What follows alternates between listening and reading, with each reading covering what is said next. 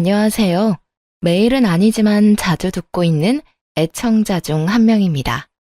날씨가 덥더니 어느새 가을이 와서 하늘이 너무 예쁜 요즘이죠. 하늘 보셨어요? 올려다보는 하늘과 높은 곳에서 보는 하늘은 느낌 자체가 다르더라고요. 날이 좋아 가족들과 등산을 하러 갔는데 올라가는 건 힘들었지만 정상에 서니 그 해방감이 이루 말할 수가 없었습니다. 그러면서 제가 살아온 지난 날들이 떠올랐어요.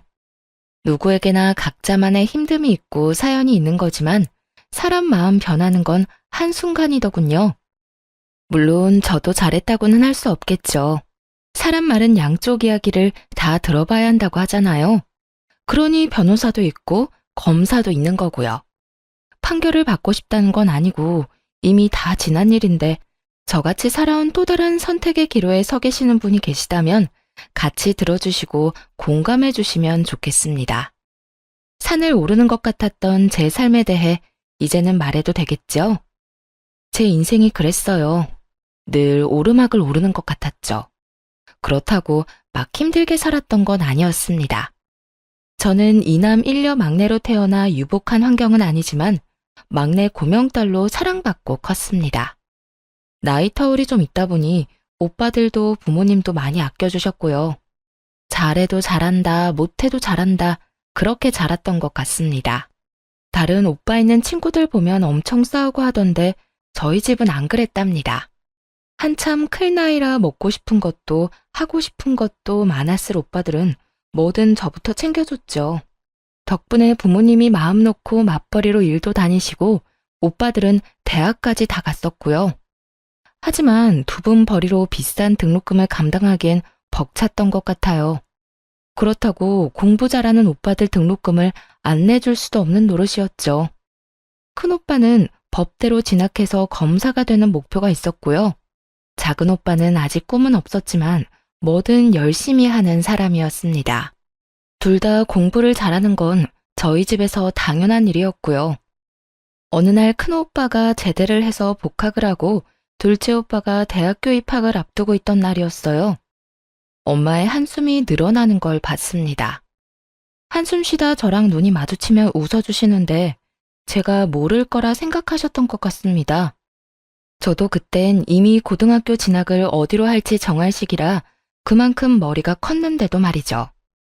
막내는 나이가 60을 먹어도 막내라는 말이 맞나 봅니다. 아마 그랬던 것 같습니다. 공부를 잘하긴 했는데 조금 경쟁률이 높은 과를 지원해서 전액 장학금을 받지는 못했고 작은 오빠는 그냥 바로 자원 입대를 하려고 하더군요. 당연히 부모님이 말리셨죠. 공부도 다 때가 있는 건데 놓치면 안 되는 거라고. 걱정하지 말고 공부나 하라고 하셨습니다. 그때 사회 분위기가 남자들은 무조건 대학을 가야 하는 분위기였습니다. 학자금 대출을 알아보러 다니시는 부모님 모습이 너무 밟혔어요.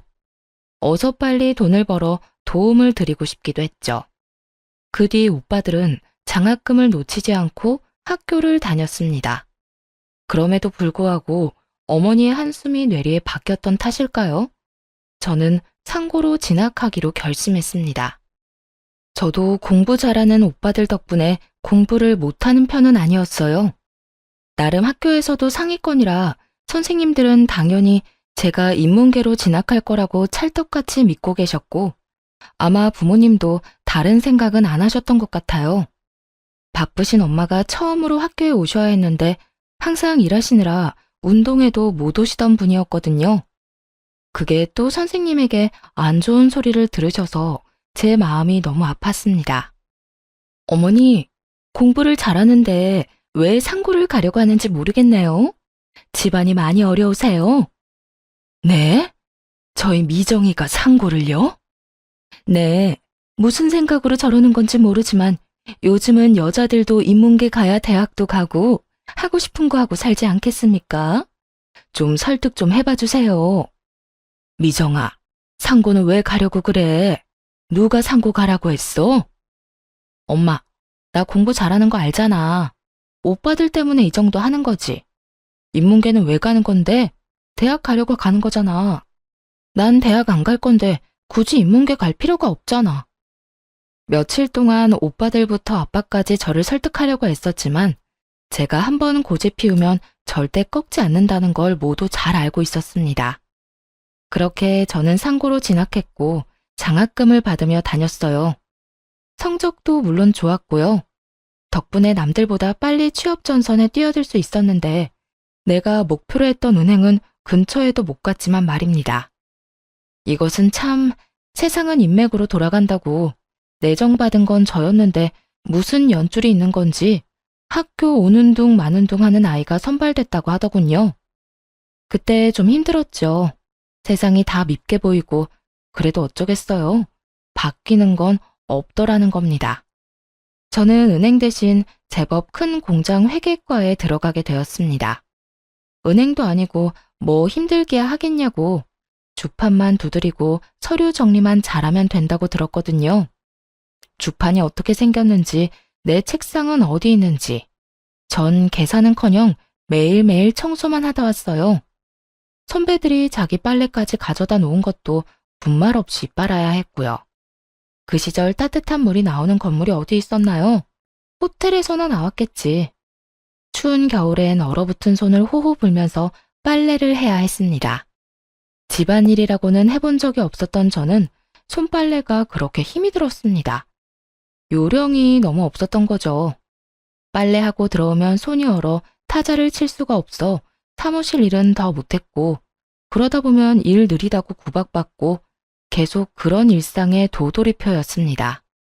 심부름도 한 번에 시키는 법 없이 다녀오면 다른 사람이 불러서 또 시키고 뭐 그런 식이었답니다. 그러니 일을 제대로 배울 수 있는 환경이 못 되었던 거죠. 요즘 같으면 바로 신고감인데 저희 때는 신고가 어디 있겠습니까? 그냥 다녀야 했습니다. 좀 지나니까 이골이 나기도 하고 오기가 나서 어디 두고 봐라 하는 마음에 제일 먼저 출근해서 청소해놓고 얼어있는 손 녹여서 일하고 선배들이 일 시키기 전에 미리미리 예상해서 다 해놓고 마지막까지 정리 다 하고 퇴근하길 반복했어요.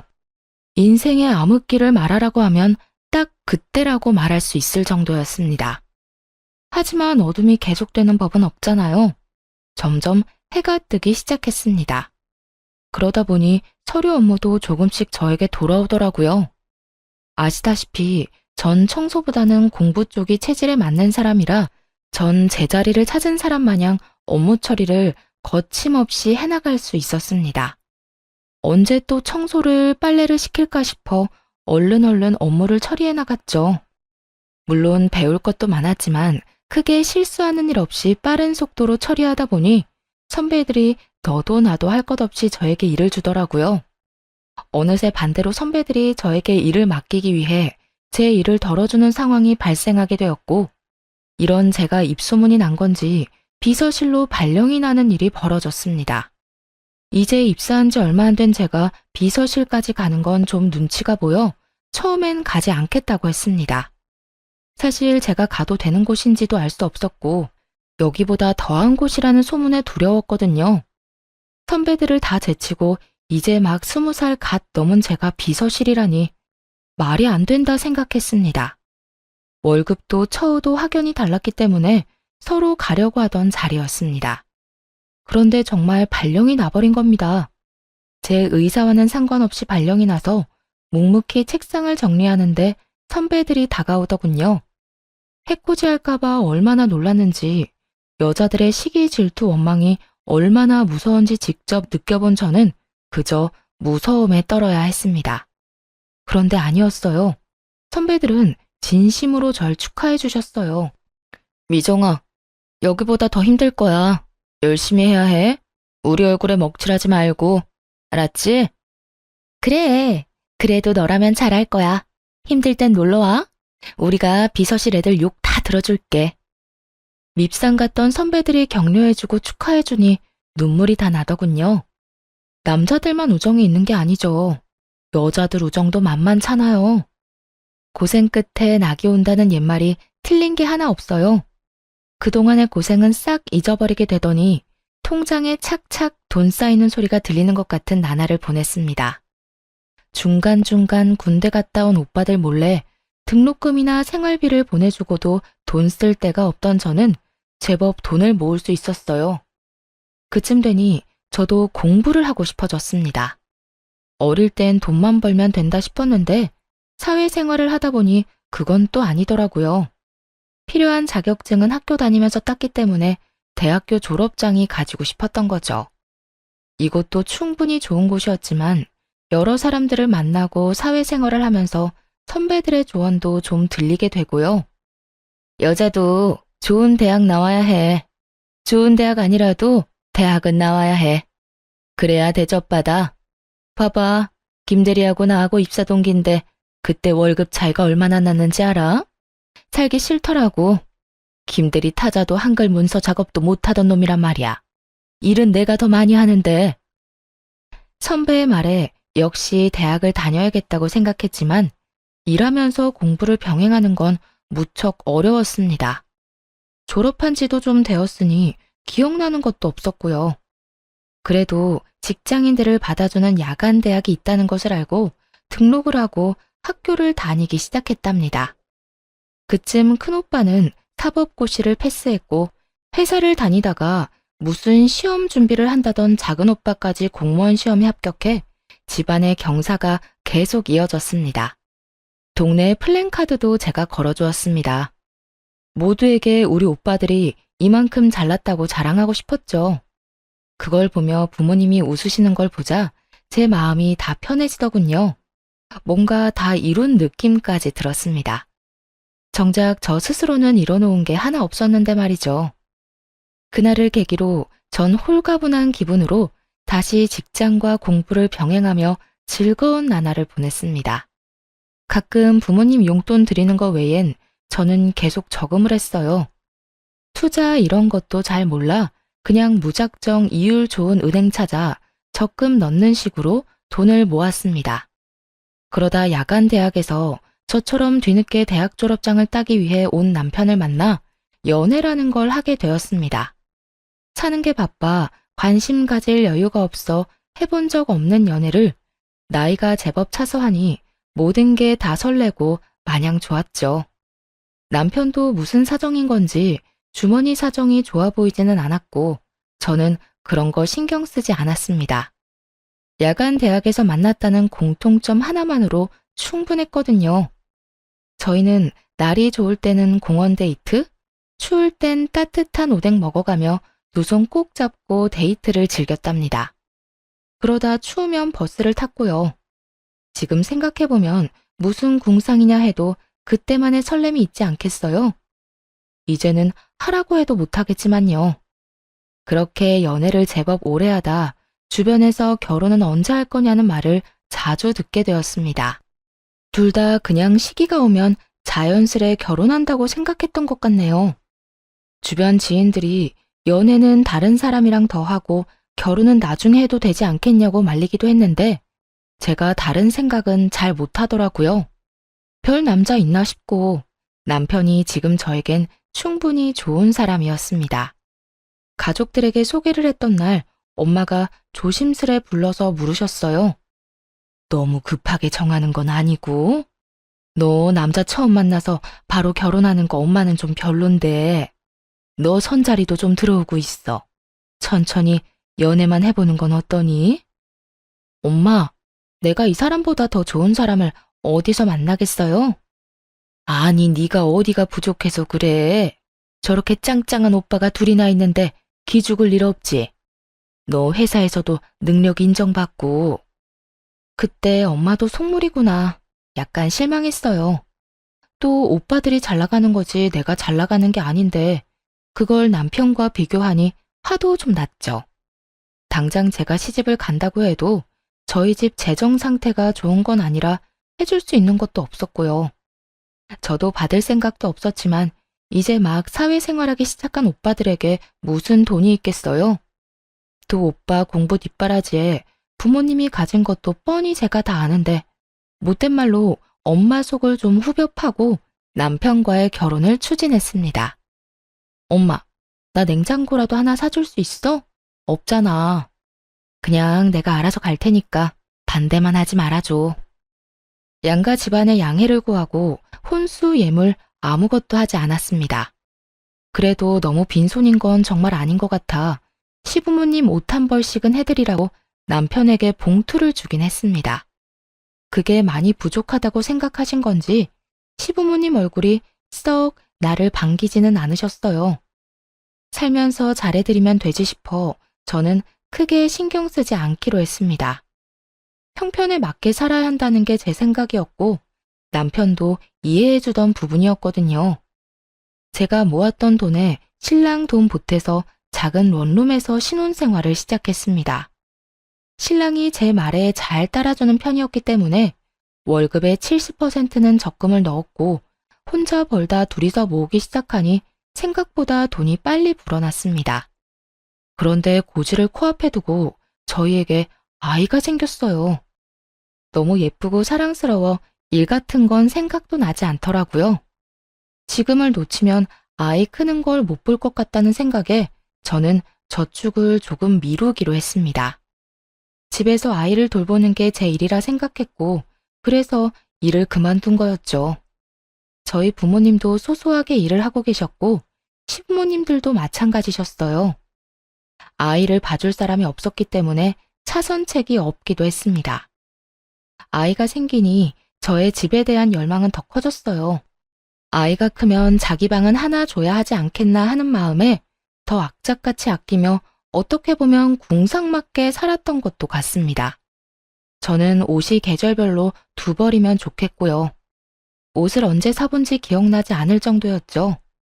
화장품은 처녀 때 쓰던 거 그대로 화장대 위에 있었습니다. 뚜껑 열 필요도 못 느끼겠더군요. 그래도 아이 얼굴엔 로션 발라주고 신랑 옷은 계절별로 사주며 오롯이 제 것만 줄여 나갔습니다. 아이가 클수록 돈이 많이 들기 시작했어요. 기저귀값만 해도 사이즈가 커지니 양은 적은데 비싸지고 분유값도 감당 안 될 지경이었어요. 남편 월급이 얼마길래 그랬냐고요? 그렇게 많이 가져오지는 못했어요. 월급이 적은 대신 칼퇴근에 힘든 일이 별로 없는 곳이었죠. 반 공무원이라고 생각하시면 될 겁니다. 여튼 둘이 벌다 혼자 벌게 되고 입은 셋이 됐는데 저축은 그대로 해야 하고 남편을 조금 못 살게 굴었던 것도 같습니다. 먹는 것도 그냥 반찬 하나에 밥, 국 정도면 먹는 저와 달리 남편은 안 먹어도 한 상 차려 먹는 걸 좋아하는 편이었으니 얼마나 맵기가 불만이었을까요? 한 번씩 친정에서 반찬 좀 주면 잘 차려주지 매일 그런 밥상은 힘들었습니다. 반찬이 생겨도 며칠에 나눠서 먹고는 했으니까요. 당연히 남편도 이해해준다고 생각했어요. 그래도 다른 건 남들 못지않게 신경 써주고 있다고 자부했으니까요. 그런데 어느 날부터 남편이 안 하던 반찬 투정도 하고 짜증을 입에 달기 시작했습니다. 안 그러던 사람이 그래서 외벌이라 힘든 거지 하고 이해하고 넘어갔습니다. 확 변하면 눈치라도 챌 수 있었을 텐데 차츰 변하는 걸 알아채기엔 저도 아이를 키우느라 정신이 너무 없었네요. 그냥 단순히 남편이 밖에서 힘든 만큼 더 아끼고 아이를 잘 키워야지 하는 생각밖에 하지 않았죠. 그러다 드디어 제일 큰 금액이 든 적금 만기일이 다가왔습니다. 저는 미리 집을 보러 다녔어요. 집이라는 게 발품도 팔아야 같은 값이라 해도 더 좋은 집을 구한다고 동네 부동산 사장님이 그러셨거든요. 세대, 여기 슈퍼 건너편 2층 벽돌집 알지? 거기가 지금 금매로 나왔어. 나쁜 일로 나온 게 아니라 이민을 간다고 빨리 처분해달라더라고. 생각 있으면 보러 와.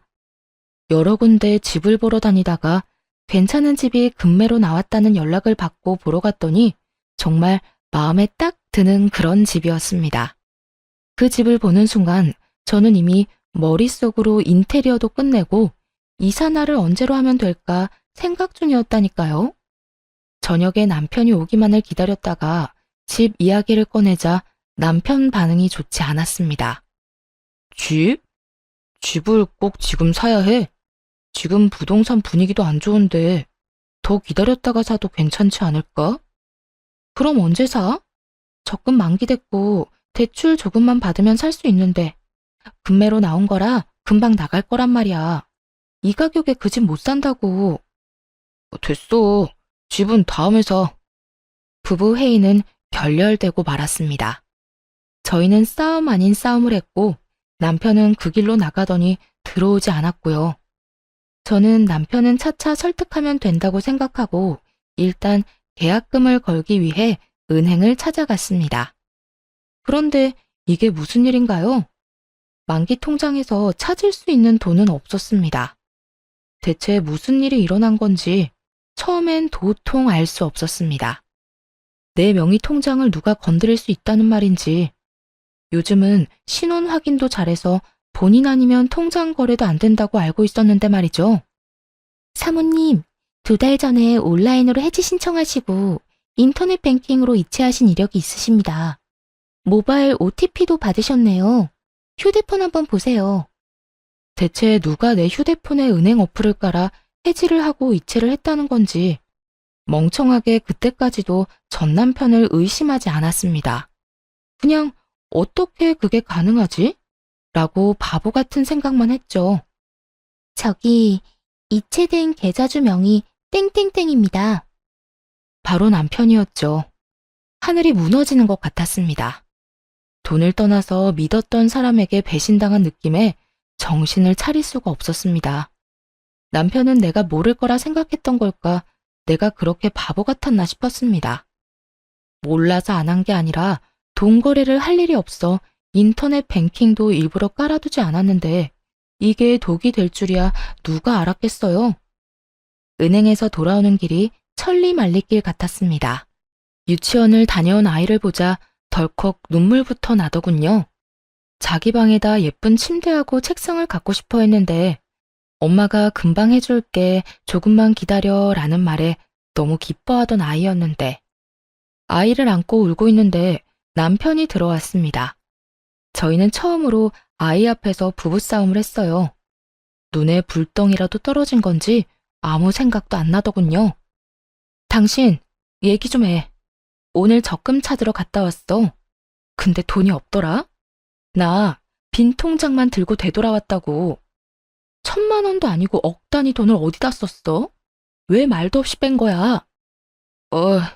걱정하지 마. 투자 좀 했어. 당신 창기 알지? 그 친구 사업 대박 나서 이번에 확장하는 건데 거기 투자한 거야. 곧 100배로 불려줄게. 더 크고 좋은 집으로 이사 가자. 알겠지? 100배라는 말을 믿을 수 있어? 그러다 잘못되면 투자 아무나 하는 거 아니야. 아무나? 내가 아무나야? 막말로 그 돈 내 월급도 들어갔잖아. 공동재산인데 내가 쓰면 안 되는 거야? 그 말이 아니고 상의를 먼저 하고 했어야지. 그렇게 마음대로 써버리면 그러다 잘못되면 나한테 뭐라고 하려고 그랬던 건데? 잘못될 일 없어. 창기가 그럴 일 없다고 했어. 확실하다고 했다고. 당신이 집에서 살림만 해서 사회 돌아가는 걸 몰라서 그래. 신재생 에너지가 뭔지는 알아? 모르잖아. 모르면 그냥 가만히 있어. 초조한 나날을 보내다 결국 사단이 나고야 말았습니다. 남편은 공황장애가 온 사람처럼 불안해하며 이상한 증상을 보이더니 회사도 가지 않는 것 같았습니다. 그러다 어느 날 통화를 하더니 욕을 하고는 폰을 집어 던지더군요. 느낌이 왔죠. 아, 잘못됐구나. 100배 넘는 수익이라니요. 그건 다단계였습니다. 처음엔 수익이 통장에 짱짱하게 찍혀 사람 속이기 딱 좋죠.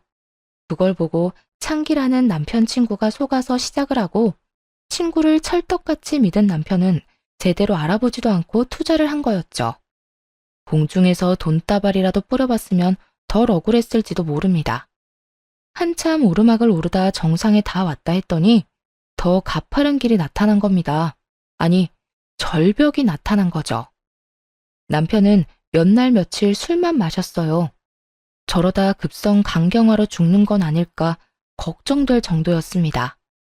미우나 고우나 제 남편 아니겠어요? 저는 다시 시작한다는 기분으로 남편을 다독였어요. 다시는 이러지 마. 사라진 돈, 그냥 없었던 돈이라 생각하고 다시 모으자. 그러니 정신 좀 차리고 당분간 집에서 좀 쉬어. 남편도 면목이 없었던 건지 조용히 받아들이더군요. 이미 회사에서도 잘린 상태였고 일할 의지도 없어 보여 제가 일자리를 알아볼 수밖에 없었습니다. 돈복은 없어도 일복은 있는지 마침 연락해본 직장 선배에게서 자리가 났다는 소식을 듣게 되었죠. 몇 년의 공백이 있었지만 저를 기억하고 있는 분들은 많았어요.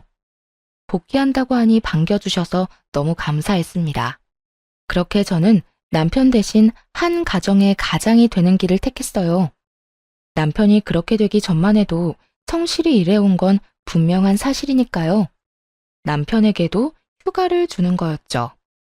그런데 남편은 저에게 받는 용돈이 아무래도 부족했던 건지 저 몰래 오빠들을 찾아가거나 친정엄마를 찾아가서 손을 벌리는 한심한 사람이 되어버렸습니다. 하지만 모른 척 기다렸어요. 전 아이 아빠를 믿었거든요. 다시 일어설 거라고. 외벌이는 힘들었지만 역시 직장 생활은 저의 삶의 활기를 불러일으켜 주었습니다. 힘든 일은 금방 잊어버리게 되더군요. 그러다 친정엄마가 점심때 회사로 찾아오셨어요. 경희 아줌마 알지? 저번에 그 아줌마 따라 경매에 가봤거든. 다들 하나씩 적어내길래 그냥 한번 적어냈는데 내가 낙찰받았지 뭐냐? 무려 서울에 있는 50평대 아파트였습니다. 무슨 사연으로 경매에 나온 건지 모르지만 엄마가 낙찰받은 가격도 그렇게 낮은 금액도 아니었죠. 저에게 돈을 달라고 오신 건가? 드릴 돈이 없는데 괜한 걱정부터 들었습니다. 저희 집이 이렇게 된 걸 엄마는 모르셨거든요. 엄마가 돈이 어디 있어서. 네 오빠들도 일하니까 돈 금방 모이더라. 내 새끼들이 다 착하잖냐. 너도 그렇고 벌어서 나 갖다 주잖아. 이 나이 먹고 이제 돈 쓸 데도 없고 해서 그냥 한번 해본 건데 그네한테 물어보니 괜찮은 거라고 낙찰 받으라 해서 받았어. 그리고 너 시집 갈 때 집에 돈이 너무 없어서 아무것도 못 해준 거 엄마가 마음이 안 좋았는데 그래서 말이야. 이거 너 해라. 엄마. 네가 그동안 하고 싶은 거 못하고 모은 돈 다 우리한테 쓴 거 알아. 그거의 10분의 1도 안 되겠지만 이거라도 해서 시댁에서 어깨 펴고 살으렴. 엄마가 그렇게 말하는 이유가 있었어요. 사실 무슨 피해의식인지 없이 살수록 없는 사람을 더 업신여긴다는 거 여러분은 느껴본 적 있나요? 전 우리 남편 집을 보면서 그걸 딱 느꼈습니다. 그래서 결혼할 때 혼수나 예물을 무리해서 해가나 봅니다. 제가 너무 아무것도 없이 시집을 가다 보니 남편 집에서 은근히 저희 집을 무시하긴 했거든요. 굳이 비교를 하자면 저희 친정이 훨씬 나은 집이었는데 많은 무시를 당한 게 사실이었습니다. 엄마는 다 알고 계셨나 봐요. 임신하며 공부도 중단해 결국 졸업장은 따지도 못했으니 난 고졸이고 남편은 졸업장을 따서 대졸이었죠. 그런 걸로도 사람을 무시하더라고요. 당신 아들이 돈 날려먹은 건 신경도 안 쓰고 오빠들은? 오빠들도 결혼할 때 필요하잖아. 오빠나 주지 왜 나를 줘? 그네가 돈 보탰어. 너 주라고 먼저 얘기하더라. 너한테 투자해야 내가 늙어서 편할 거래. 너무 감동해서 눈물이 앞을 가리더군요. 이사갈 준비에 마음이 들떠 있을 때였어요. 남편에게 서프라이즈로 놀래켜줄 마음으로 아무 말 안 했고요. 30평도 크다 했는데 50평이라니. 생각지도 못한 평수에 아이방 하나, 부부방 하나, 손님방 하나 해도 방이 남아돌고 시부모님을 모실까 생각 중이었는데 남편이 갑자기 이혼을 하자며 이혼 서류를 내밀더군요. 당신 같은 짠순이랑 사는 거 이제 더는 못 해먹겠어. 여자가 어디 꾸미는 구석이라도 있어야 예쁘게 봐주기라도 하지. 화장은 하고 다녀? 회사에서 그러고 다니면 안 잘려? 그 옷은 유니폼이야? 맨날 똑같은 옷 입고 나가고. 당신 무슨 소리야? 갑자기 왜 그래? 말 나온 김에 그냥 정리하자. 나 만나는 사람 있어. 애는 네가 데려가. 내가 혼자 벌어서 그동안 고생한 거 알지? 나도 더 늦기 전에 남들처럼 살아보고 싶다. 그러니까 그냥 이혼하자. 갑자기 왜 이러는지 모르겠어. 무슨 일 있어? 막말로 네가 우리 집에 잘하기를 했냐? 나한테 해준 게 뭐 있어? 맨날 돈돈거리며 통장이나 끼고 살았지. 나한테 관심이나 있었어? 여보, 그거야. 우리 잘 살아보려고 집 한 채 가지고 있으면 당신도 부담 줄고 집 담보 잡아서 사업이라도 할 수 있는 건데 그러려고 아둥바둥한 걸 그렇게 말하면 난 어떡하라고. 그러니까 난 이제 그런 거 신물이 나니까 너 혼자 하라고. 아니면 마음 맞는 사람 찾아서 둘이 해보던지. 같이 고생해서 왜 그래. 며칠 전에 엄마가 서울에 50평대 아파트 경매로 낙찰받아서 나 주셨어. 계약서 받으면 당신한테 말해주려고 한 건데 거기 위치도 너무 좋고 학군도 좋아서 다른 데 이사 갈 필요도 없어. 평생 쭉 살면 되고 방도 많아서 당신 부모님 같이 모시고 살자. 그래? 그럼 그거 그냥 다시 팔아서 재산 분할하고 너는 너, 나는 나. 이렇게 따로 새삼 살자. 여보, 내가 더 잘할게. 이제 고생 끝났는데 그렇게 말하지 말고 어머님 아버님에게도 더 잘할게. 그동안 섭섭한 게 있으면 다 말해. 다 고쳐볼게. 하지만 남편은 막무가내였어요. 어떤 말을 해도 들어주지 않았고 저는 시부모님을 찾아갔죠. 좀 말려달라고 말이죠. 하지만 오히려 시부모님이 빨리 도장 안 찍어주냐며 저를 나무라셨어요. 어여 도장이나 찍어줘라. 각자 갈 길이 다르면 놔주는 것도 서로를 위해 좋은 거야. 너도 너랑 끝맞는 사람 만나서 새 살림 차리면 되지 않겠니? 네? 어머니, 그게 무슨 말씀이세요? 네가 뭘 우리 집에 시집와서 기여한 게 있니? 그냥 혼인신고만 하고 산 거 나 좀 부끄러웠다.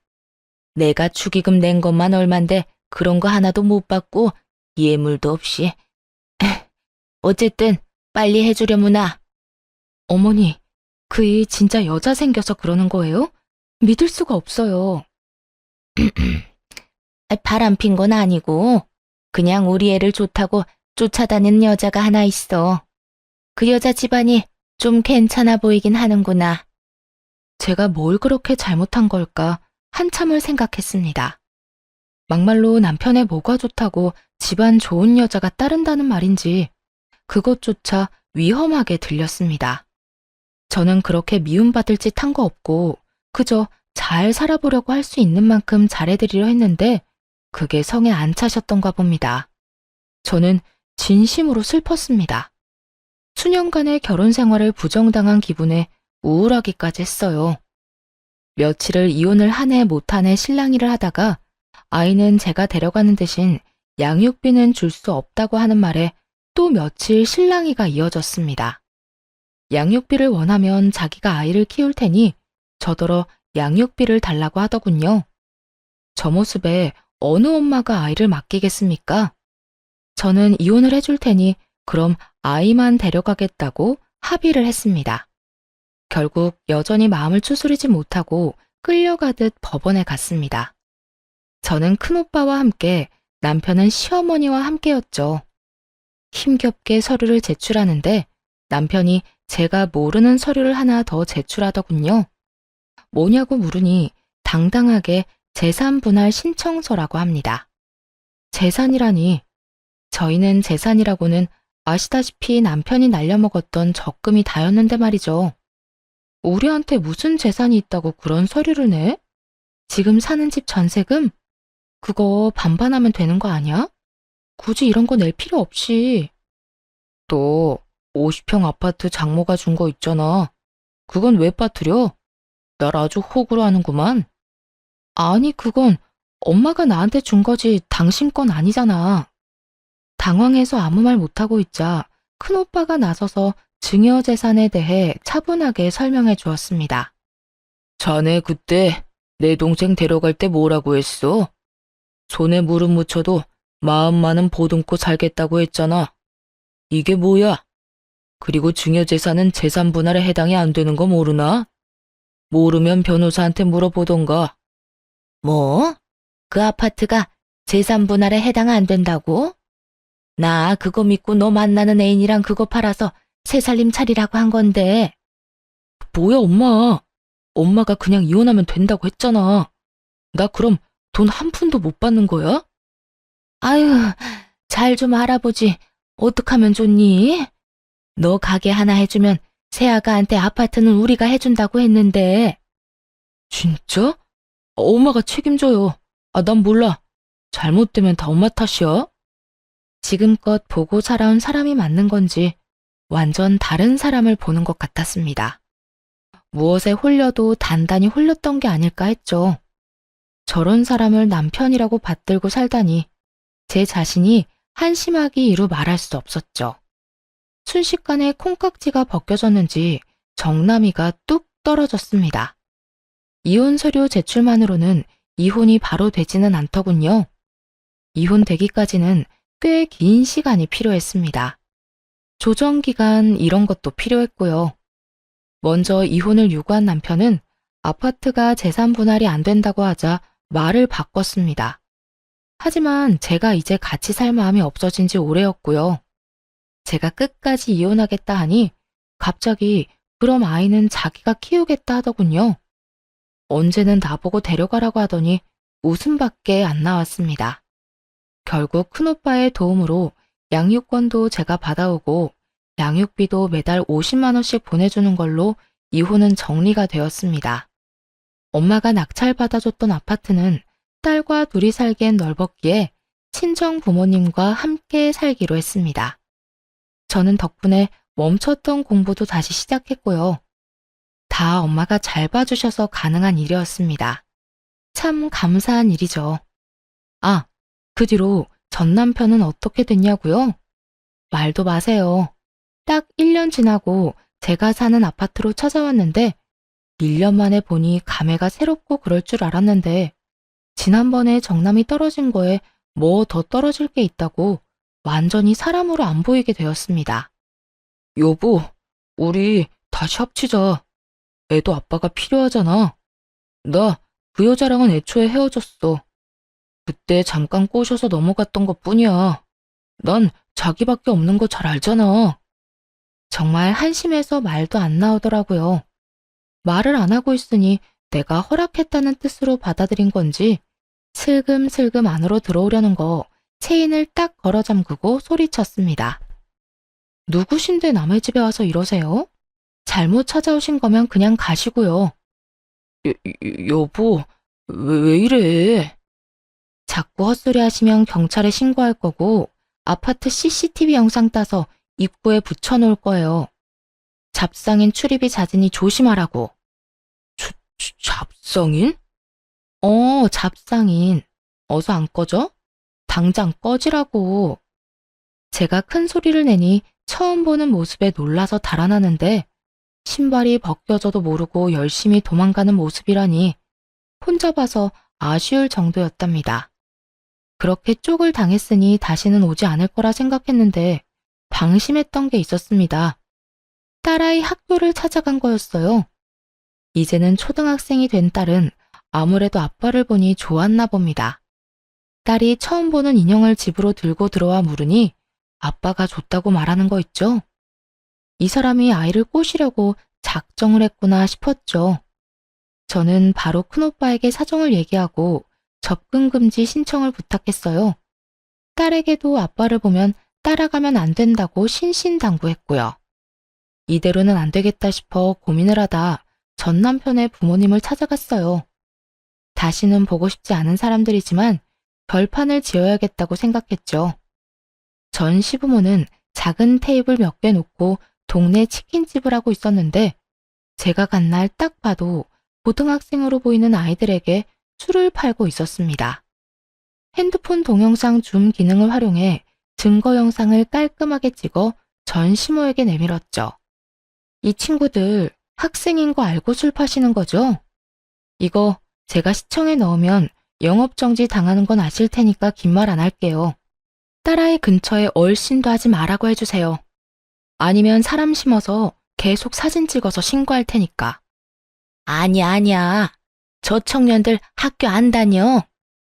학교 안 다니면 미성년자 아닌 줄 아세요? 좀 알고 장사하세요. 저처럼 몰라서 뒤통수 맞지 마시고요. 설마 그럴 리가? 아니야. 민증 검사는 하셨나요? 안 하셨죠? 정상 참작도 안 되겠네요. 아이고, 이 나쁜 년. 무슨 심보로 그러는 거야? 무슨 심보요? 아줌마가 나한테 그런 말할 자격이 있으신가 모르겠네요. 해봐라, 해봐. 해볼 테면 해봐. 내가 가만히 있나 보자. 이게 끝인 걸로 아시면 안 되죠. 유통기한 지난 식품 나와도 끝인 거 아시죠? 점검기간 아니라도 신고하면 출동해요. 못된 년. 너 인생 그렇게 살지 마라. 그럼 잘 알아들으신 걸로 알고 가볼게요. 천하의 못된 여자 연기해보니 너무 시원했습니다. 허탈하기도 했고요. 이제 다시 찾아오는 일은 없을 거라 생각하고 싶어요. 다음날 모르는 번호로 연락이 왔습니다.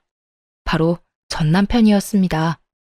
만나자고 하는 걸 싫다고 하니 그럼 전화통화 잠깐만 하자고 해서 그러자 했더니 구구절절 사연을 읊더군요.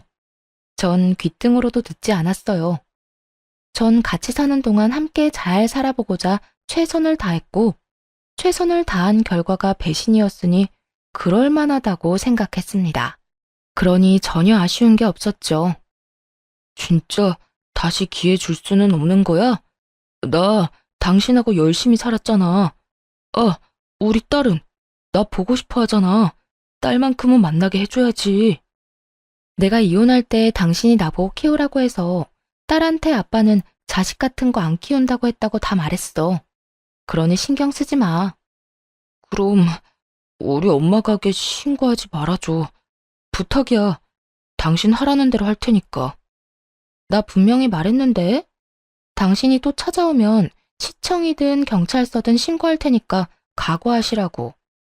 나 얼마든지 할 수 있는 거 알지? 알지. 형님들이 어떤 분이신데. 응, 알면 됐어. 그러니까 이제 다시는 연락하지 말고 당신 뜻대로 나 같은 구질구질한 사람 찾지 말고 좋은 사람 찾아서 행복하게 살기를 바랄게. 그 이후 남편은 정말 땅으로 꺼진 사람처럼 사라졌습니다. 연결된 사람들이 있어 가끔 소식이라도 들려왔는데 한동안 들리는 소식이 너무 없어 궁금해지기까지 하더군요. 어딘가 잘 살고 있겠지 하고 생각하려고요. 그리고 저는 직장과 학교를 병행하며 열심히 살고 있습니다. 지금 졸업을 앞두고 졸업 논문을 쓰다가 쉴 겸 사연을 쓰다가 길어져 버렸네요. 여기저기서 남자 소개시켜준다고 하는데 아직은 혼자가 좋습니다. 아마 계속 혼자일 것 같습니다. 안 해본 일이 많아 하나씩 일어나가는 쾌감에 요즘 사는 재미가 너무 좋네요. 집에 대한 갈망 때문인지 부동산 공인중개 자격증도 도전해 보려고 합니다. 제 인생은 지금 산 어디쯤인 걸까요? 다시 정상을 올라가고 있는 중일까요? 여러 봉우리 중 이제 막 하나를 넘은 건 아닐까 합니다. 산에 오르려면 오르막을 올라야 하고 결국 내리막을 내려와야 집으로 갈 수 있듯이 욕심 안 부리면 힘든 일도 금방 지나가는 것 같습니다. 이거 들으시는 여러분도 힘든 일만 생각하지 마시고 뒤도 돌아보고 옆 사람도 가끔 의심하면서 인생 즐기면서 사시면 좋겠습니다. 그러다 가끔 산에 가셔서 깨끗한 공기 마시면서 기분 전환해 보시는 것도 추천드리고요. 긴 이야기 들어주셔서 감사드립니다. 일교차 심한데 감기 조심하세요.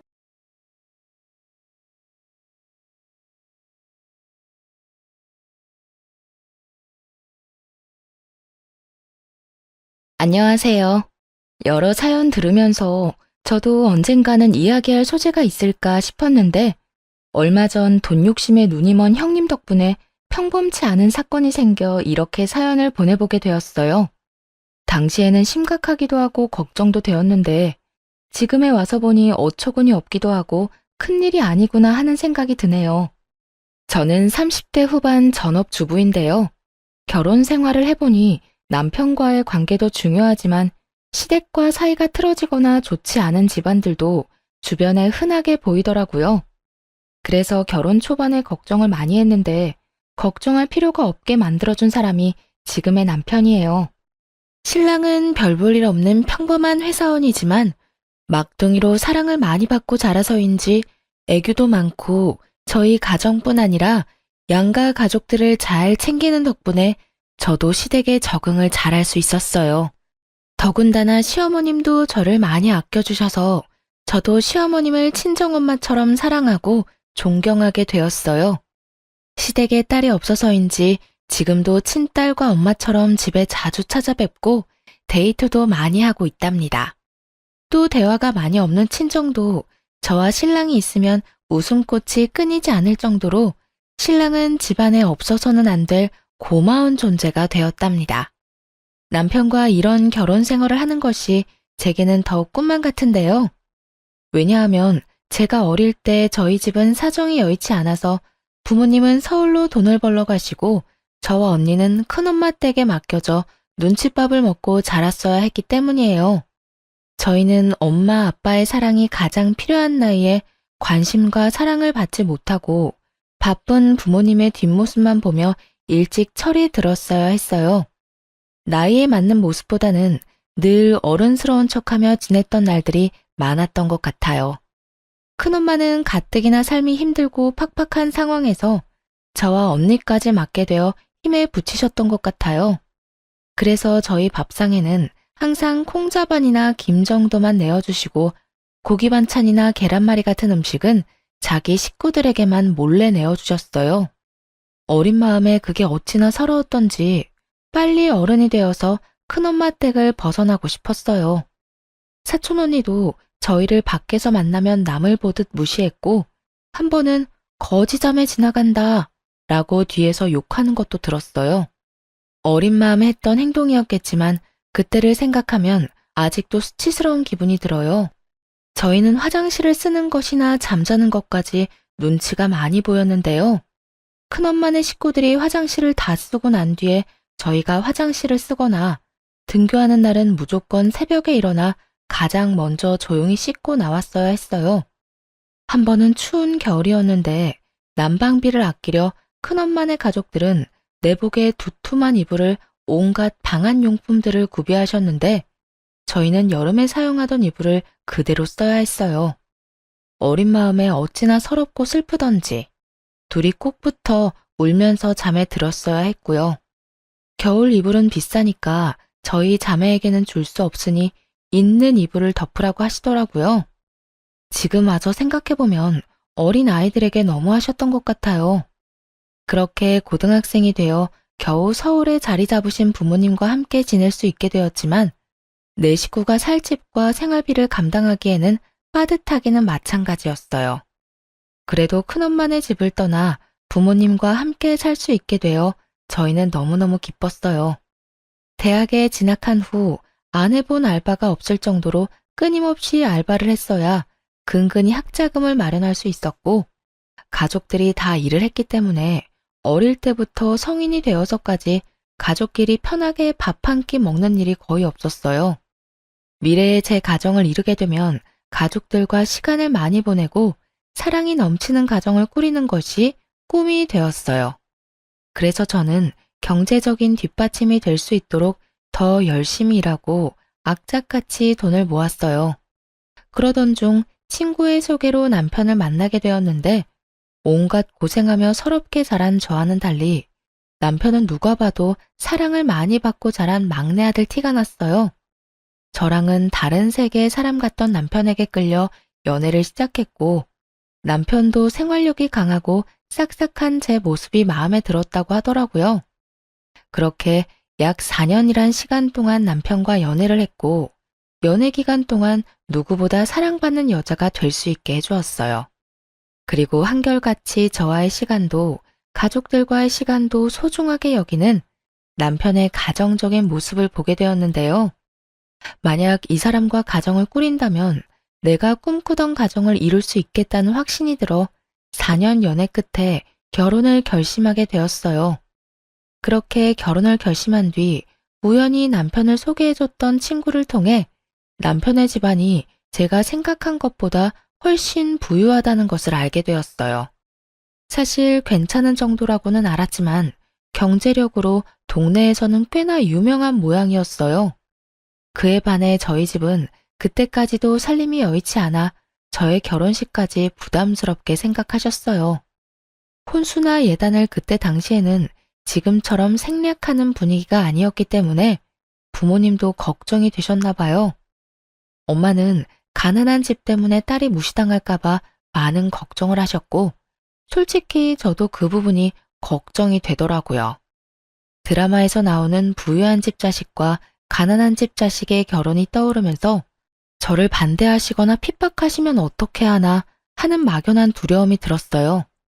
그래서 남편에게 우리 집안이 남편 집안에 비해 너무 기우는 것 같다며 걱정을 내비치자 남편은 제 생각을 이미 예상하고 있었다는 듯 어릴 때 이야기를 해주었는데 남편이 어릴 때 아버지와 어머니가 이혼하셨고 이후 꽤 오랜 시간 동안 저희 집처럼 형편이 어려웠다는 이야기를 해주었어요.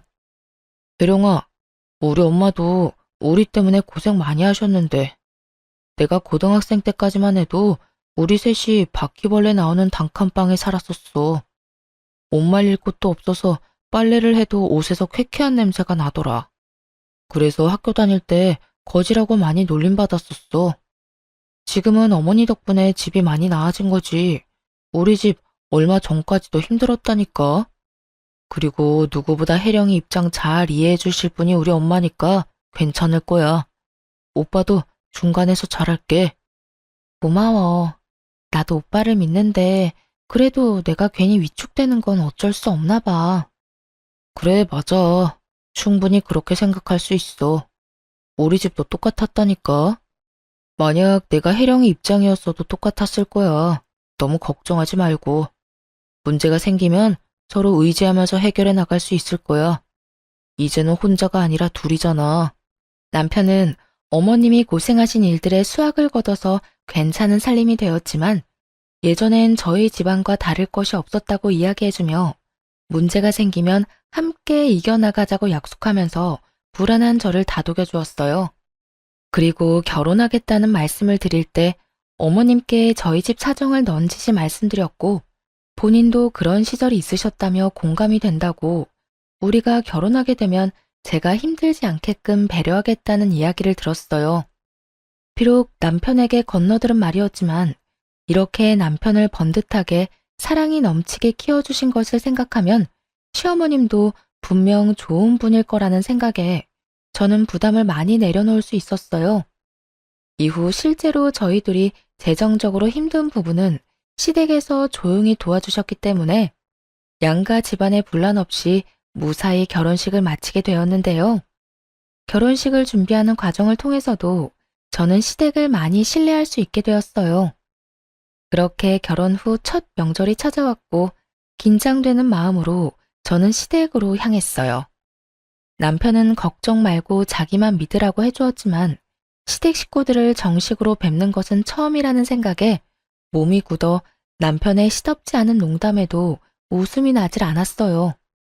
하지만 걱정했던 것과는 달리 시어머님은 편하게 저를 맞이해 주셨고 갈아입을 옷까지 세심하게 준비해 주실 정도로 저를 신경 써 주셨어요.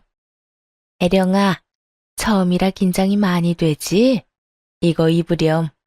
첫인상 중요하다고 한껏 차려입고 올 텐데 불편할 것 같아서 내가 네 생각해서 사봤는데 마음에 들지 모르겠네. 안 맞는 것 같으면 편하게 말해주렴.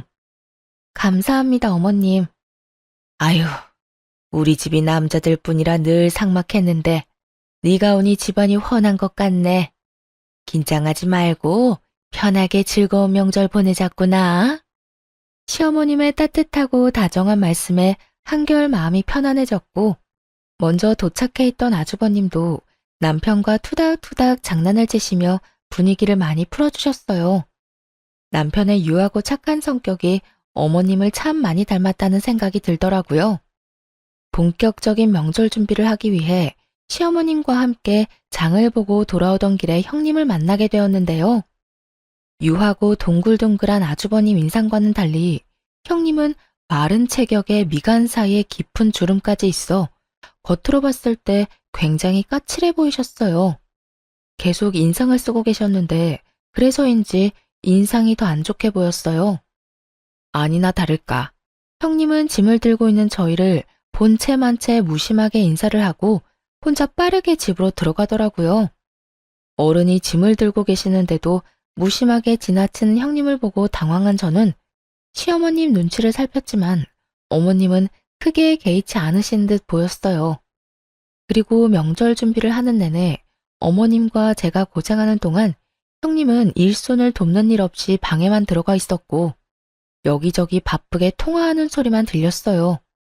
식사 시간에도 저와 어머님이 식사를 차리는 것을 오히려 당연하게 생각하는 듯 밥상이 다 차려져야만 방에서 나와 자리에 앉으시더라고요. 화기애애하게 식사하는 도중에도 가족이 무슨 말을 하는지 관심 없다는 듯이 핸드폰만 만지작거리면서 깨작깨작 밥술을 뜨는 형님 때문에 다들 살살 눈치를 보는 것 같았어요. 어머님, 근데 명절이라고 이렇게 여자들이 밥상 차리고 아직도 이러는 게 말이나 돼요? 그냥 밖에 나가서 외식 한번 하고 얼굴 보면 끝이지. 가끔 보면 우리 가족들도 너무 구시대적인 것 같아요. 그리고 자기는 언제까지 여기 있을 생각이야? 나 너무 바쁜데 이제 슬슬 일어나지? 자기 왜 그래? 엄마랑 재수 씨가 힘들게 차린 음식인데. 그리고 요즘 바빠서 가족들끼리 모이기 힘든데 명절이라는 핑계로 만나서 집밥 한 끼 먹는 게 더 좋지. 그치, 동생아? 오랜만에 동생 얼굴도 보고 재수 씨도 보고 말이야. 어머, 그래? 그렇게 좋으면 다음부터는 자기 혼자 오면 되겠다. 어머님, 제가 요즘 바빠서 정신이 좀 없어서요. 너무 언짢게 생각하지는 마셔요. 솔직히 오늘 안 오려고 했는데 일가 억지로 끌고 온 거라서 이해 좀 해주세요. 형님의 말 몇 마디가 그나마 유지하고 있던 평화의 찬물을 끼얹었어요. 이후에도 어머님과 제가 고생하면서 차린 음식이 너무 짜다며 투정을 부리질 않나 은근히 시댁을 무시한 듯한 발언도 서슴지 않고 하더라고요. 아휴, 저희 부모님이 이런 음식 보시면 깜짝 놀라실 것 같아요. 하긴 자기도 그냥 평범하니까 기대하면 안 되는데 내가 자꾸 이러네. 그만해 좀. 아주버님은 계속 말을 끊으며 형님께 눈치를 줬고 저희 남편도 언짢아하는 티를 냈지만 형님은 아랑곳하지 않고 하고 싶은 말을 하시더니 이내 일어나 집에 먼저 가겠다며 떠나셨어요. 어머님은 그런 형님을 크게 신경 쓰는 것 같지 않으셨지만 속으로는 형님을 좋아하지 않으시는 것이 느껴졌어요. 저도 형님과의 첫 만남이었지만 형님이 별로 마음에 들지 않았어요. 어머님께 틱틱거리는 것도 마음에 들지 않았고 여러 사람 기분 상하게 하는 데에 특별한 능력이 있나 보다 하는 생각이 들었죠. 그렇게 저의 첫 명절이 지나가게 되었어요. 긴장했던 것이 무한할 정도로 시댁 식구들이 저를 편안하게 해주셔서 앞으로는 걱정할 필요가 없겠다는 생각이 들었어요. 어머님도 주차장까지 배웅을 나와주시고 집에서 먹을 반찬이나 음식을 바리바리 싸주셨어요. 저는 괜찮다고 손사래를 쳤지만 완강한 어머님의 받아올 수밖에 없었어요. 차를 타고 돌아오는 길에 남편에게 들어보니 아주버님도 남편과 같이 평범한 회사원이라고 하더라고요. 반면 형님은 잘 나가는 치과 의사였기 때문에 이전에도 형님이 아주버님을 무시하는 일이 많았대요. 그래서 시댁에 와서도 손에 물 한 방울 묻히지 않으려고 한다는 거예요. 어머님과 남편은 아주버님 입장을 생각해서 형님을 참고 있고 아주버님도 그 상황을 잘 알아서 웬만하면 형님을 집에 잘 데려오지 않으려고 하는데 저희가 결혼하고 보내는 첫 명절이라 얼굴이라도 같이 봐야겠다는 생각에 형님을 억지로 데리고 온 것이었어요. 형님이 떠난 후 아주버님은 어머님께 죄송하고 저희에게도 미안하다고 말씀하셨지만 저희는 오히려 아주버님이 걱정될 뿐이지 마음 쓰지 마시라고 말씀드렸어요. 그렇게 명절이 무사히 끝나고 아주버님 내외 일로 속상하셨을 어머님의 마음을 풀어드리고 싶었던 저희 부부는 어머님을 모시고 가까운 근교로 식사를 하게 되었는데요. 바람을 쐬는 동안 어머님께서 어려운 시절에 있었던 일들을 말씀해 주셨어요. 어머님도 홀로 자식 둘을 키우시면서 사기를 당하기도 하고 사업이 망해 모아놓았던 돈도 다 잃어보고 빚더미에도 앉아보는 등 힘든 일들이 정말 많으셨더라고요. 이야기를 듣는 저와 남편의 눈시울이 금세 붉어지자 어머님은 늙은이 이야기 듣고 울지 말라며 지금은 이렇게 번듯하게 아들 둘 키워 잘 살고 있지 않냐며 다 지난 일인데 괜히 이야기를 꺼냈다며 여유롭게 웃으셨어요. 어머님이 겪으셨던 일에 비하면 저의 일화는 아무것도 아니지만 어릴 때 큰엄마네 얹혀 살았던 일들과 집안이 기울어 힘들었던 이야기를 꺼냈고 어머님 눈에도 어느새 눈물이 맺히셨어요. 그러면서 말해주신 말들이 저에겐 참 힘이 되더라고요. 그런 일들이 있을 때 잘 버티면 이상하게 좋은 일이 오더구나. 힘든 일 이후에는 꼭 좋은 일이 오니까 혜령이 너도 앞으로는 좋은 일들만 가득할 거야. 저는 어머님의 말씀에 감동을 받아 참았던 눈물이 왈칵 났어요. 그 대화를 계기로 어머님과 저의 사이는 더욱 가까워지게 되었고 저에게 그날은 어머님께 따뜻한 사랑을 받았던 추억으로 오래도록 기억되는 날이 되었어요. 식사하는 내내 아주버님 내외에 대한 이야기는 꺼내지 않았고 어머님도 굳이 말씀하지 않으셨지만 저희가 부족하게 남아 어머님을 위로하고 싶어 한다는 사실을 느끼셨는지 저희에게 고맙다는 말씀을 계속하셨어요. 시간이 지나 형님 해프닝은 잊혀가며 평소처럼 알콩달콩 지냈는데요. 하루는 웬일인지 형님께 먼저 전화가 왔어요. 아주버님과 해외에 나갈 예정이라 그 기간 동안 강아지를 돌봐달라는 부탁을 하려 전화를 했더라고요. 저는 그다지 내키지 않았지만 평소 강아지를 좋아했고 아주버님을 생각해 형님 내외 여행 기간 중 저희 집에서 강아지를 돌보기로 했어요. 남편과 함께 매일 강아지를 산책시키고 목욕도 시켜주면서 나름 재미있는 시간을 보냈던 것 같아요. 형님 내외가 여행해서 돌아오는 날, 역시나 저희의 예상대로 아주버님 혼자 강아지를 데리러 저희 집에 오셨어요. 오랜만에 뵙는 아주버님과 여행 이야기도 들을 겸 차를 한 잔 내어오는데 아주버님께서 형님과 이혼을 하고 싶다는 말씀을 조심스럽게 하셨어요. 나 정말 아내랑 이혼하려고. 재수 씨는 앞에서 이런 이야기해서 부끄럽네요. 아주버님, 그런 말씀 마세요. 서로 맞지 않으면 이혼하는 거죠. 요즘 세상에 그런 게 부끄러운 일인가요? 오히려 합리적이고 좋은걸요. 그렇게 말해주니 고맙네요. 민호야, 네가 결혼을 참 잘했다. 나는 아내 때문에 어머니께 걱정만 끼쳐드린 것 같은데 재수 씨는 항상 우리 어머니께도 너무 잘해주시고 우리 민호한테도 잘하고 항상 고마워요, 재수 씨. 별 말씀을요. 시댁에서 너무 잘해주셔서 오히려 제가 감사한걸요. 아주버님은 형님과 더 이상 같이 사는 것은 의미가 없는 것 같아 여행 중에 이혼을 요구했지만 형님은 아주버님과 이혼을 하지 않겠다고 했대요. 그 이유는 다름 아닌 돈 때문이었는데요. 시댁이 부유하다는 것은 알았지만 실제로 시어머님은 꾸준한 부동산 경매로 자산을 불려오셨고 가지고 계신 부동산만 수십 채라고 들었어요. 상가 건물만 5채가 넘는다는 이야기를 들었지만 구체적으로 자산의 규모가 어느 정도인지는 정확히 알지 못했는데요. 이 사실을 대략 알고 있던 형님도 시어머니가 돌아가시게 되면 어머님 유산이 대부분 아주버님께 올 것이라고 생각했고 유산을 받은 이후에 이혼하게 되면 위자료를 한 푼이라도 더 받을 수 있을 거라는 생각에 이혼하지 않겠다고 버티고 있는 것이었어요. 평소 형님이 가정주부인 저를 무시하는 이유도 별 볼 일 없는 가난한 집안 출신이기 때문에 애초에 어머님 성에 차지 않을 것이라 생각했기 때문이었어요. 그 사실을 알게 된 저희 신랑은 화가 머리끝까지 차올라 당장이라도 형님 병원에 찾아가 당장 이혼하라고 말하겠다며 난리쳤지만 아주버님과 형님의 일이니까 우리가 선뜻 나서지 말자고 말려 겨우 마음을 가라앉혔어요.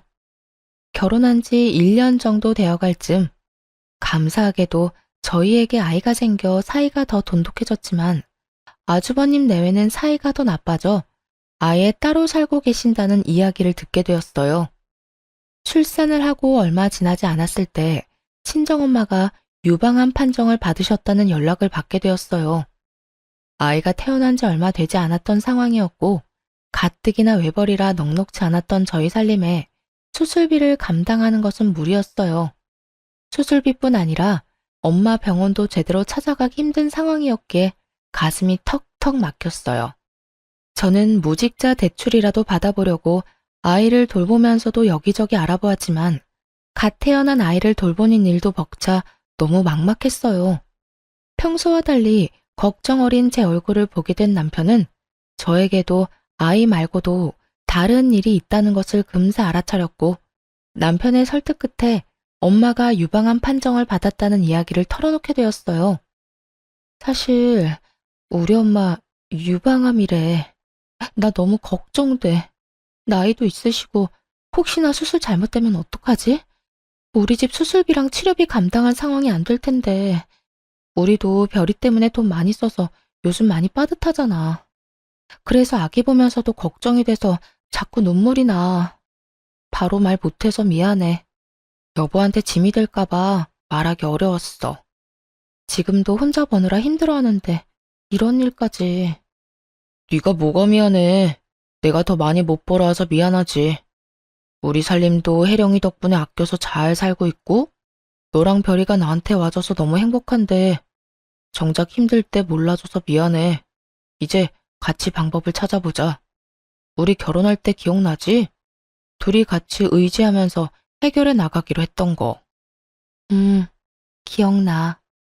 남편은 아주버님께 한번 도움을 청해보겠다고 했지만 아주버님 사정을 뻔히 아는데 부탁하는 것이 너무 죄송해 남편을 말렸어요. 그렇게 둘이 여기저기 대출을 알아보는 중에 아이를 돌봐주러 집에 오셨던 어머님께서도 사실을 알게 되셨는데요. 시어머님은 한 걸음에 은행으로 달려가 수술비 전액을 마련해 주셨고 저는 한사코 받지 않으려고 했지만 남편의 권유로 어머님의 도움을 받게 되었어요. 엄마가 아프신 것만으로도 마음고생이 심할 텐데 별이 태어난 지 얼마 안 돼서 이런 일이 있으니 네가 더 혼란스럽고 힘들었겠다. 아기 보면서 한창 행복할 때인데 말이야. 별이는 내가 최대한 돌봐줄 테니까 혜령이 너는 낮에 어머니 병실에 다녀와라. 그래야 사돈이 금방 쾌차할 수 있을 거야. 어머님 정말 죄송해요. 매번 이렇게 도움만 받는 것 같아요. 너무 죄송해요, 어머님. 이럴 때는 감사해요, 어머님 하고 도움받는 거야. 알겠지? 어머님은 흐느껴 오는 제 손을 잡아주시며 도움받을 수 있는 곳이 있다면 얼마든지 받아도 된다고 다독여 주셨어요. 그때 저는 다시 한번 시어머니에게 꼭 효도하는 자식이 되어야겠다고 다짐했어요. 다음 날 아이를 어머님께 맡기고 친정엄마 입원 수속을 하고 돌아오는 길에 형님도 어머님께서 저를 도와주셨다는 소식을 들으셨는지 쏜살같이 저에게 전화를 하셨는데요. 가뜩이나 엄마 수술 날짜가 잡혀서 걱정되고 긴장이 되어 마음이 좋지 않은데 형님은 아무리 어머님이 자기를 아껴주신다고 해도 그렇게 선뜻 큰 돈을 받아도 되는 거냐며 따져왔어요. 아니 동서, 아무리 돈이 좋아도 그렇지. 어머님이 주시는 돈을 어쩜 그렇게 냉큼 받아? 어렵게 자란 애들은 눈치라는 것도 없나 봐. 둘이 그만한 돈도 못 모으고 놀기만 했어? 능력이 없으면 눈치라도 챙겨야지. 네? 형님, 무슨 말씀을 그렇게 하세요? 무슨 말씀이냐니? 잘못 들었어? 동서네가 이번에 받아간 돈 액수 만만치 않을 텐데 나도 의사라서 어느 정도는 대충 감이 오지 않겠어? 그 돈 다 우리 남편한테 올 돈 아니야? 어차피 어머님도 유산 줄 사람 우리 남편밖에 더 있냐고. 그럼 그 돈 우리 돈이잖아. 내 돈 가로챈 동서한테 내가 이 정도도 말 못해? 그리고 동서, 자꾸 어머님께 붙어서 착한 척 하지 마.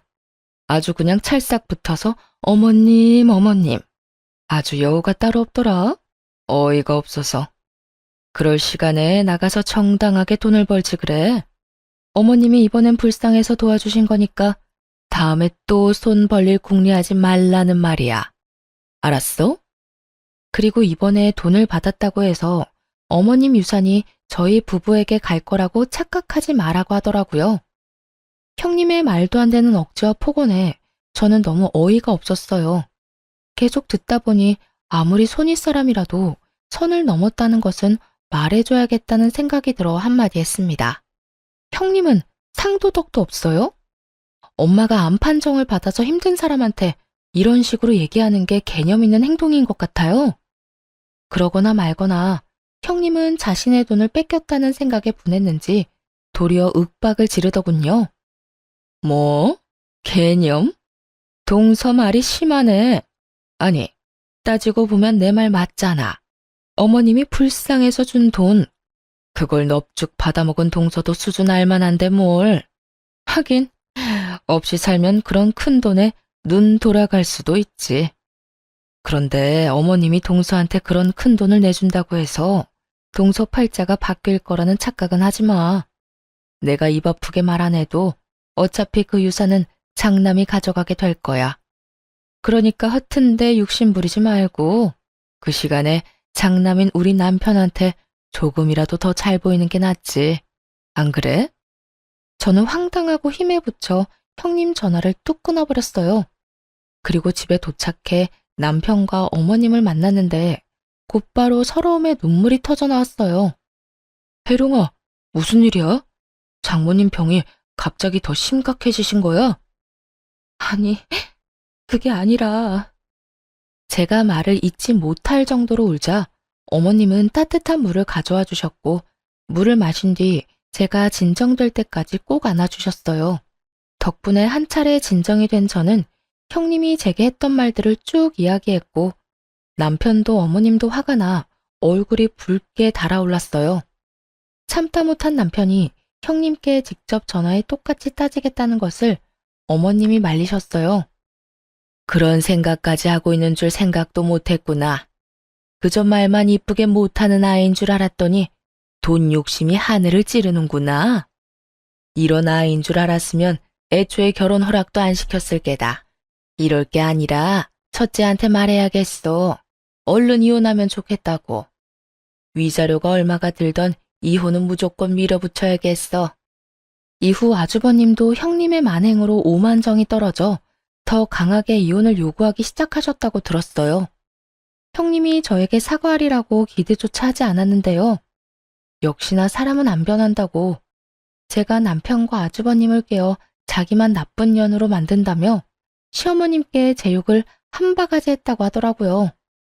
하지만 어머님은 제가 울었던 당시 함께 계셨기 때문에 그 말을 믿지 않으셨어요. 시어머님 도움으로 엄마 수술이 잘 끝나고 저도 낮에는 아이를 맡기고 병간호를 꾸준히 하며 안정기에 접어들었을 무렵이었어요. 동네 부동산 중개업자들 사이에서 시어머님이 무리한 투자로 부동산과 돈을 다 잃으셨다는 소문이 돌기 시작했는데요. 업자들 사이에서 저희 시어머님은 큰 손으로 유명하셨기 때문에 소문이 더 빠르게 퍼져나갔고 부동산에 관심이 없던 저희 부부에게까지 그 이야기가 들려오게 되었어요. 소문이 퍼지고 있는 중에도 어머님은 아기를 봐주시러 저희 집에 자주 들러주셨는데 그 일에 대해 알고 계시는 건지 모르시는 건지 별다른 말씀은 없으셨어요. 저희는 어머님이 걱정되기도 했지만 평소와 다름없이 평온한 어머님의 모습 때문에 소문일 뿐이라고 믿었어요. 그래서 평소와 다름없이 어머님과 좋은 시간을 보내려고 노력했어요. 반면에 형님은 전혀 그렇지 못했죠. 하루는 남편과 아이와 함께 시댁에서 식사를 하고 있는데 갑자기 형님이 문을 벌컥 열고 들어왔어요. 신발도 제대로 벗지 않은 채 집 안까지 들어온 형님은 어머님을 붙잡고 진짜 망하셨냐며 갑자기 소리를 지르기 시작했어요. 어머님, 진짜 망하신 거예요? 부동산 다 잃었다면서요. 대답을 좀 해보세요, 대답. 그러게 늙은이가 집이나 지키지 투자가 웬 말이에요. 있는 돈 잘 모아놓으면 이딴 문제는 없잖아요. 아니면 진짜 노망 났어요? 대답 좀 해봐요. 형님이 어머님 코앞으로 다가가 소리를 질렀지만 어머님은 아무 대답도 하지 않으셨어요. 나한테 위자료 준다고 했다면서? 내 돈 어쩔 거예요? 이런 코딱지만한 콩가루 집안에서 내가 얼마나 시간을 허비했는지 몰라요? 위자료 토해내요, 빨리. 형님은 무슨 노망이 나서 그렇게 돈을 다 날리셨냐며 울고불고 어머님을 잡고 난리를 쳤고 끝까지 어머님은 아무 대답도 하지 않으셨어요. 형님이 얼른 위자료 내놓으라며 소리를 지르면서 어머님을 붙잡고 흔들자 그 꼴을 더는 보지 못하겠어서 저희가 나서서 형님 손을 내쳤어요. 그 힘에 형님은 종이장이 흔들리듯 바닥에 넘어졌는데 바닥에 넘어지자마자 악에 받쳤는지 벌떡 일어나 저희에게 손가락질하며 소리를 지르더군요. 아니 너네는 뭔데 나서?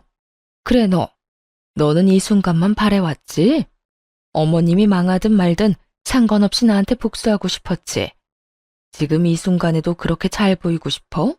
상황 파악이 안 돼? 어머님 망했다니까.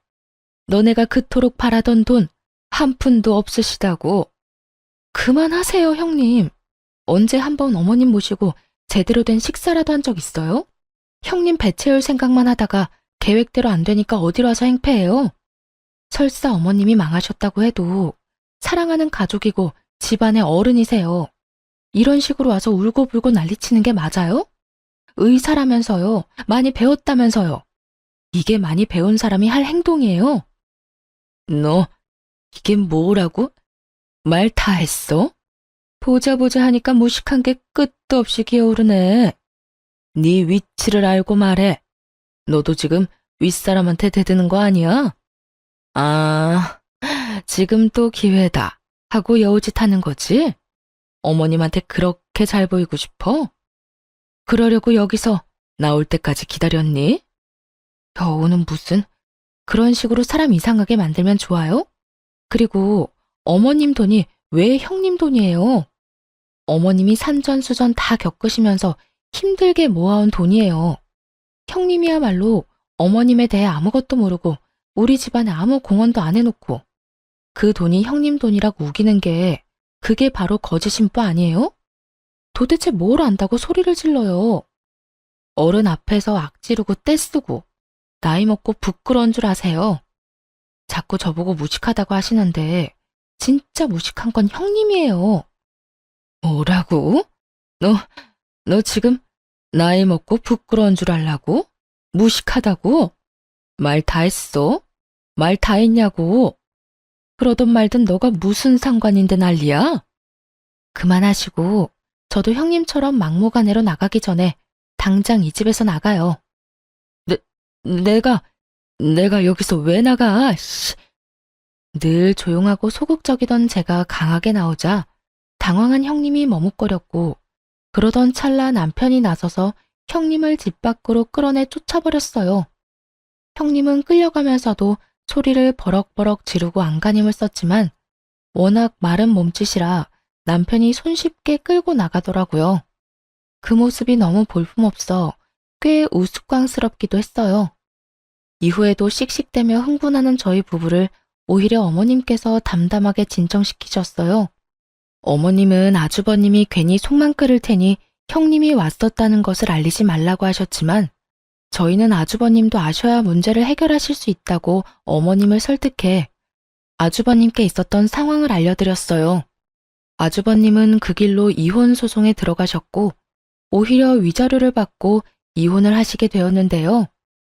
형님이 시댁 욕을 하고 저와 어머님을 무시하는 통화 내용을 몰래 제가 모두 녹음했을 뿐 아니라 형님이 시댁에 찾아와 난리를 친 내용도 녹음하고 있었기 때문에 손쉽게 증거로 낼 수 있었어요.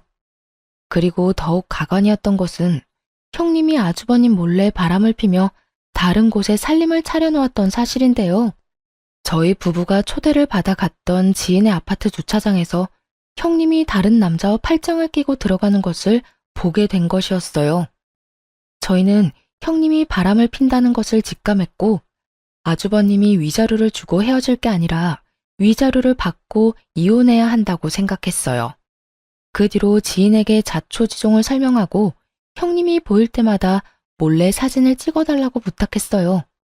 아파트에 둘이 같이 거주하고 있는지 동거 여부도 확인하며 증거를 차곡차곡 모았어요. 그래서 어머님을 설득해 아주버님께 말씀드린 거였어요. 이제 이혼할 수 있는 모든 증거를 모았다고 생각했거든요. 덕분에 아주버님은 위자료를 받고 이혼할 수 있게 되었답니다.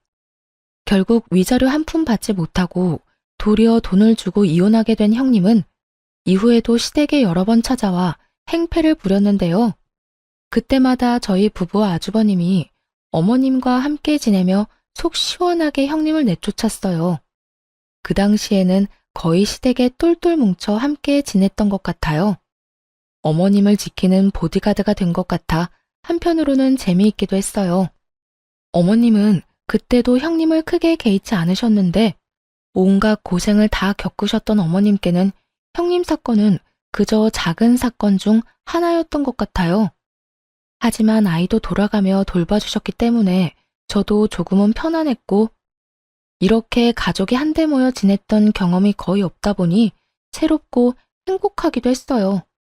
어쩌면 어머님께서 제게 살을 부대끼며 함께 지내는 가족을 경험하게 해주시고 싶어 일부러 형님을 핑계 삼아 저희를 함께 있게 해주셨나 하는 생각도 요즘은 들어요. 물론 어머님께서 저희를 불러 같이 지내자고 하신 게 아니라 저희가 막무가내로 어머님 집에 얹혀 살았던 거였지만요. 누가 누굴 지킨 건지 지금 와서 생각해보면 철없는 자식들을 어머님이 지켜주신 거였네요. 이후 형님이 운영하던 치과에서 형님이 두 집 살림을 했었다는 사실과 이혼 전에 시어머님께 찾아와 했던 폐륜적인 행동에 대해 소문이 퍼지게 되어 더 이상 일하는 게 어려워졌다고 해요. 지역 텃세를 버티지 못한 형님은 결국 다른 곳으로 이사를 가게 되었다는 소식까지 듣게 되었어요. 형님은 이혼도 당하고 일도 제대로 하지 못하는 지경이 되었지만 저희 가족은 형님 사건을 계기로 오히려 하나로 뭉치게 되었답니다. 한참 시간이 지나 평소와 다를 것 없이 저희 집에 아이를 보러 놀러 오셨던 어머님이 거액의 돈이 들어있는 통장과 저희 이름으로 명의가 변경된 부동산 서류를 들고 오셨는데요. 놀랍게도 어머님께서 저희에게 주는 선물이라고 말씀하셨어요. 저희 명의로 된 아파트 이름을 본 저는 너무 놀라서 가슴이 쿵쾅쿵쾅 뛰었어요. 그 아파트는 제가 늘 살고 싶었던 좋은 입지에 있는 대장 아파트였고 통장 안에 찍혀있던 금액도 살아생전 한 번도 보지 못한 액수였어요. 얘야, 그렇게 놀랍니? 아주 눈이 휘둥그레졌구나. 어머님, 어떻게 이렇게 큰 돈과 아파트를, 그것도 저희 명의로요. 사실 내가 한동안 부동산 업자들한테 소문을 좀 냈었다. 내가 망했다는 말은 첫째 며느리 때문에 일부러 낸 소문이었어. 덩달아 너희들까지 속여서 미안하구나. 많이 걱정했지? 그러셨구나. 저희도 조금 걱정이 되긴 했어요, 어머님. 하지만 어머님이 평소와 같으시니까 소문을 믿지 않고 있었어요. 만약 무슨 일이 있으셨으면 저희한테 먼저 이야기해 주셨을 거라 생각했거든요. 그래, 너희 말이 맞아. 만약 내가 망했다면 소문이 너희에게 들리기 전에 말해 주었을 거야. 우린 가족이잖니. 가족에 대한 얘기를 소문으로만 듣게 할 순 없지. 네, 어머님 말씀이 맞아요. 형님은 가족의 말은 들어보지도 않고 아무 상관없는 사람의 말을 믿었잖아요. 그건 가족이 아니라고 생각해요, 어머님. 가족에게 무슨 일이 있으면 먼저 물어보고 들어봤어야 했어요. 그게 제가 형님께 제일 화가 났던 이유였어요. 그래. 우리 며느리 말이 맞다. 역시 우리 며느리가 제일 똑똑해. 솔직히 그날은 네가 너무 화를 많이 내서 나도 놀랐단다. 우리 며느리한테 이런 면도 있구나 싶고 아주 든든하고 고마웠어. 늘 내 편이 되어주겠구나 하고 감동적이기도 했고 엄마도 큰 며느리가 너를 막 대했을 때 너무 화가 났지만 무작정 내가 화를 내면 더 물러서지 않았을 거라 조용히 참고 있는다고 나도 힘들었단다. 그동안 부족한 엄마 옆에 항상 있어주고 믿어주어 고맙구나. 이건 너희에게 주는 내 선물이니까 부담 갖지 말고 받아주렴. 알고 보니 어머님은 형님이 어머님 유산을 노리고 아주버님과 이혼하지 않고 버티고 있다는 것을 알고 계셨어요. 그래서 동네 중개업자들에게 일부러 소문을 내게 하셨던 거였어요. 그동안 투자가 망한 게 아니라 오히려 더 잘 되고 있던 상황이셨대요. 어머님은 저희 부부에게 그동안 사실대로 이야기하지 못해 미안하다고 하시며 아무 말 없이 믿어주고 옆에 있어줘서 고맙다는 말씀을 하셨어요. 저희는 절대 받을 수 없다고 말씀드렸지만 어머님이 너무 완강하셨던 탓에 결국 감사히 받게 되었어요. 그 뒤로도 어머님은 생각지 못한 금액의 돈을 종종 저희에게 베푸셨어요. 받지 않겠다고 해도 워낙 의견이 강하셔서 받긴 받았는데요. 값진 돈 절대 낭비하지 말자고 생각해 그 돈을 차곡차곡 모아두었죠. 그리고 좋은 기회가 생겨 월세를 받을 수 있는 소형 건물까지 매입하는 데 성공했네요. 덕분에 저희 생활비 외에도 어머님께 넉넉한 용돈을 드릴 수 있는 수준이 되었어요. 어머님께서 저희 쓰라고 주신 돈이지만 그것을 마냥 저희를 위해서만 쓰기보다 늘 도움을 주셨던 어머님께 돌려드리고 싶은 마음이 컸거든요. 다행히 열심히 투자 공부를 하고 발로 뛴 덕분에 어머님께 효도를 할 수 있게 돼서 요즘 너무 감사하고 행복해요. 그리고 형님이 지방에 있는 작은 병원에서 겨우 입에 풀칠할 정도로 생활하고 있다는 소식을 건너 듣게 되었죠. 되도 않는 욕심만 부리다가 모든 것을 잃고 쫓겨난 형님의 끝을 보면서 어려운 환경에서도 헛된 욕심을 품지 않고 살아온 제 자신에게 감사함을 느꼈어요. 저희 부부는 새로운 마음으로 어머님이 주신 아파트로 이사를 했어요. 저희 집이 생기다니 아직도 믿기지 않지만 이곳에서 우리 세 식구 사랑 넘치게 살아보려 해요. 그리고 여전히 시댁 식구들과는 화목하게 지내며 재미있는 나날을 이어가고 있어요. 얼마 전에도 다 같이 모여 맛있는 음식과 영화를 보며 시간을 보냈는데요. 아주버님 농담에 저희 남편의 애교, 아이가 쑥쑥 크는 모습까지 저희는 시간 가는 줄 모르고 웃고 떠들면서 보냈답니다. 지금은 경제적인 것보다 제가 꿈꾸고 바래왔던 따뜻하고 사랑이 넘치는 가정을 이루게 된 것이 저에게는 가장 큰 선물이 아닐까 생각해봐요. 생각해보니 어머님이 저에게 하셨던 말씀처럼 힘든 시기 후에 좋은 일이 찾아왔네요. 여러분도 힘든 시간을 보내고 계신다면 곧 좋은 일이 올 거라고 말씀드리고 싶어요. 긴 사연 들어주셔서 감사합니다. 모두 사랑하는 가족들과 행복한 시간 보내시길 바래요.